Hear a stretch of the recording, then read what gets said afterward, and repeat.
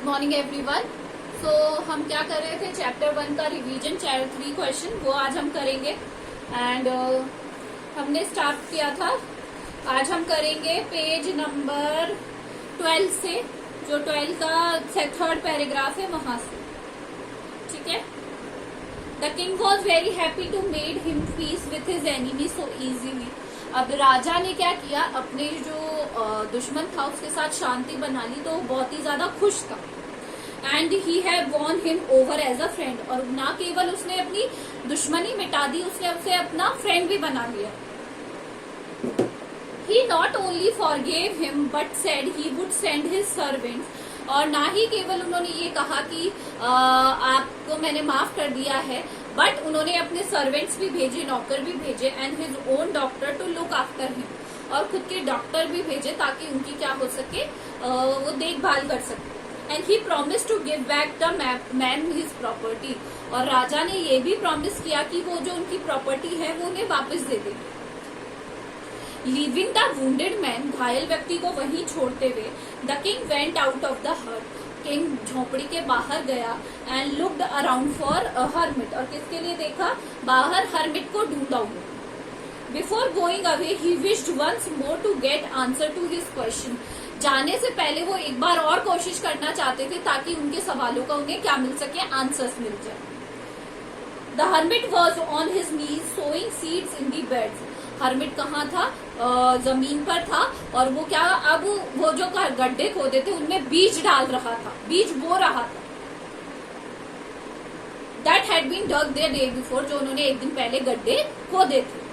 The king went up to the hermit and said, अब king वहां से सीधा गया हर्मिट के पास और पूछा, for the last time I beg you to answer my question wise man, तो उन्होंने कहा अब मैं जाने से पहले लास्ट टाइम आपसे ये पूछना चाहता हूँ, प्लीज मेरे सवालों का जवाब दे दीजिए, जो उसके 3 सवाल थे उनका जवाब दे दी। You have already been answered said the hermit, hermit ने कहा आपकी सवालों के जवाब आपको मिल गए हैं, आपके सवालों के पहले ही जवाब मिल चुके हैं।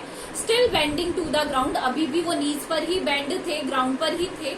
And looking up the king as he stood before him, और किंग की तरफ देखते हुए। How have I been answered, what do you mean, तो उन्होंने कहा कैसे, मुझे तो मेरे सवालों का जवाब मिला ही नहीं, तो आप कैसे कह सकते हो। Do you not see, replied the hermit, तो हर्मिट ने कहा आपने देखा नहीं। If you had not pitied my weakness yesterday, अगर आपने मेरे ऊपर दया नहीं खाई होती कल, जब मेरी कमजोरियों पर, जब मैं गड्ढे खोद रहा था, and not dug these beds for me, अगर आप मेरे लिए ये गड्ढे नहीं खोदते, you would have gone away, और आप यहाँ से चले जाते। Then that man would have attacked you, और फिर वो आदमी आपके ऊपर अटैक कर देता, and you would have wished you had stayed with me, और फिर आपको ये विश करते कि शायद मुझे किंग हर्मिट के पास ही रह जाना चाहिए था। So the most important time when you were digging the bed, so सबसे इम्पोर्टेंट टाइम था जब आप वो गड्ढे खोद रहे थे। And I was the most important man, और सबसे इम्पोर्टेंट व्यक्ति था मैं खुद hermit. And to do me good was your most important business, और मेरे साथ भलाई करना ही आपका सबसे बड़ा इम्पोर्टेंट काम था। आफ्टरवर्ड्स, उसके बाद, when the man ran to us, जब वो व्यक्ति बियर्डेड मैन हमारे पास भागकर आया, the most important time when you were caring for him, जब आप उसकी क्या कर रहे थे, केयर कर रहे थे। Because if you had not dressed his wound, अगर आप उसके घावों की मरहम पट्टी नहीं करते, he would have died without having made peace with you, और वो आपके साथ बिना शांति बनाए बिना ही क्या हो जाता, मर जाता वो उसी टाइम। अगर आप उसकी मरहम पट्टी नहीं करते तो उसकी वही डेथ हो जाती। So he was the most important man, तो कौन था, वही सबसे इम्पोर्टेंट मैन था। And was you did for him was वो योर मोस्ट इम्पोर्टेंट बिजनेस, तो और जो आपने उसके साथ किया वही सबसे जरूरी काम था उस समय। रिमेम्बर देन, तो उसने कहा ये याद रखना, there is one only time which is important, that time is now, सिर्फ एक समय ही सबसे ज्यादा इम्पोर्टेंट है, वो है अभी, present, now. It is the most important time because it is the only time we have any power to act. ये कहा जाता है ना कि जो करना है अभी करना होगा, समय बीत जाने के बाद आप कुछ नहीं कर सकते। चाहे आपको कुछ भी करना है, you have to do it now, अभी ही करना होगा।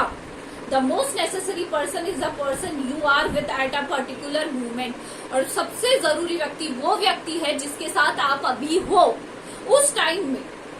And for no one knows what will happen in the future, क्योंकि कोई नहीं जानता है कि फ्यूचर में क्या होने वाला है, कोई नहीं देख सकता कि फ्यूचर में क्या होने वाला है।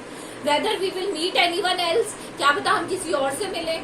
The most important business is to do that person good, और सबसे जरूरी काम है उस व्यक्ति के साथ अच्छा करना जिसके साथ आप उस पर्टिकुलर मोमेंट में हो, because we were sent in this world for that purpose alone, क्योंकि सिर्फ एक ही पर्पस करना है हमें, दूसरों के साथ हमेशा भलाई की करना है, इसीलिए हमें इस धरती पर क्या किया गया है, भेजा गया है।